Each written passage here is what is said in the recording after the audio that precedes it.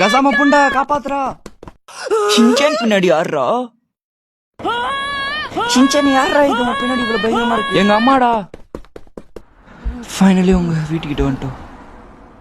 இந்த பில்டிங்ல என் வீடு இருக்கு, போலாமா? ஒத்த வாடா, சீக்கிரமா போலாம். என்னடா அப்பார்ட்மெண்ட் காலியா இருக்கு, எல்லாம் தூங்கிட்டாங்க போல. மாம் கதவு திறங்க.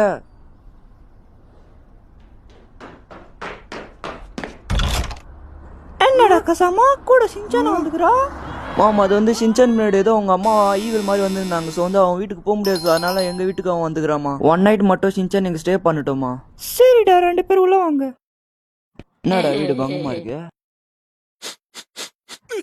என்னடா ஏதோ கெட்டு போன மீட்டோட நாத்தம் அடிக்குது. ஷின்சான் உள்ள எதுக்குடா அங்க நிக்கிற?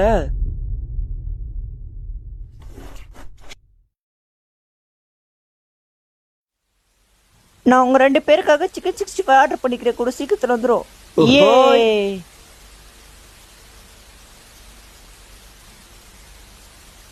ஆமா ஷின்சான், உங்க அம்மாக்கு என்னடா ஆயிடுச்சு? பின்னாடி இப்படி வேகமா ஓடி வருது பேய் மாதிரி.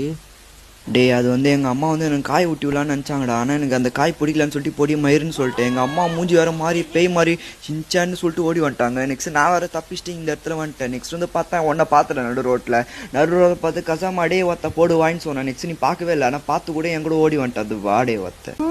சரி ஷின்சான், இப்போ நீ உன் வீட்டுக்கு போவாத, நீ இங்கே நைட்டு வந்து தூங்கிக்கோ. ஏன்னா ரொம்ப லேட் ஆயிடுச்சு, நைட்டு பார்த்துக்கோ, ஒரு 10 மணி ஆக போகுது. சரி நீ வந்து இங்கே தூங்கிக்கோ ஒரு நைட்டு என் கூட, சரியா? சரி ஏதாவது ஸ்டாப் அடிச்சுன்னா சொல்லு என்கிட்ட. ஐ திங்க் ஆர்டர் வந்துச்சுன்னு நினைக்கிறேன்.